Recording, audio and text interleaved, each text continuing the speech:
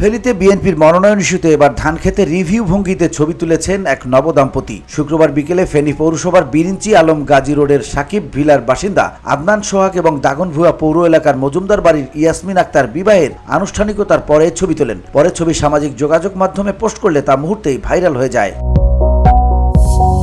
স্থানীয়রা জানান, বিয়ের অনুষ্ঠান শেষে কনের বাড়ির পাশের ধানক্ষেতে দাঁড়িয়ে বরকনের রিভিউ ভঙ্গিতে ছবি তোলেন। তাদের এমন ছবি প্রকাশের পর আবারও আলোচনায় আসে ফেনী 2 আসনে বিএনপির মনোনয়ন রিভিউর দাবি।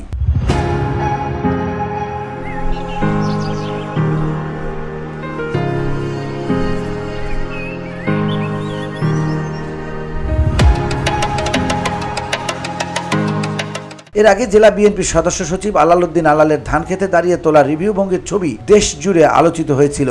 এ বিষয়ে জানতে চাইলে বর আদনান সোহাগ বলেন, আমি একজন সচেতন নাগরিক, প্রত্যেকেরই নিজস্ব পছন্দের প্রার্থী থাকে। আমার পছন্দের মানুষটি ফেনী সদর আসনে মনোনয়ন না পাওয়ায় কষ্ট পেয়েছি, তাই শীর্ষ নেতৃত্বের দৃষ্টি আকর্ষণ করতেই বিয়ের ফাঁকে এই ছবি তুলেছি। আমিও ফেনী 2 আসনে রিভিউ চাই। ফেনী 2 আসনে বিএনপির মনোনয়ন পেয়েছেন চেয়ারপারসনের উপদেষ্টা অধ্যাপক জয়নাল আবেদিন ভিপি। তবে মনোনয়ন রিভিউর দাবিতে বাকি প্রার্থীরা বিভিন্নভাবে সরব রয়েছেন। VOD Bangla news desk.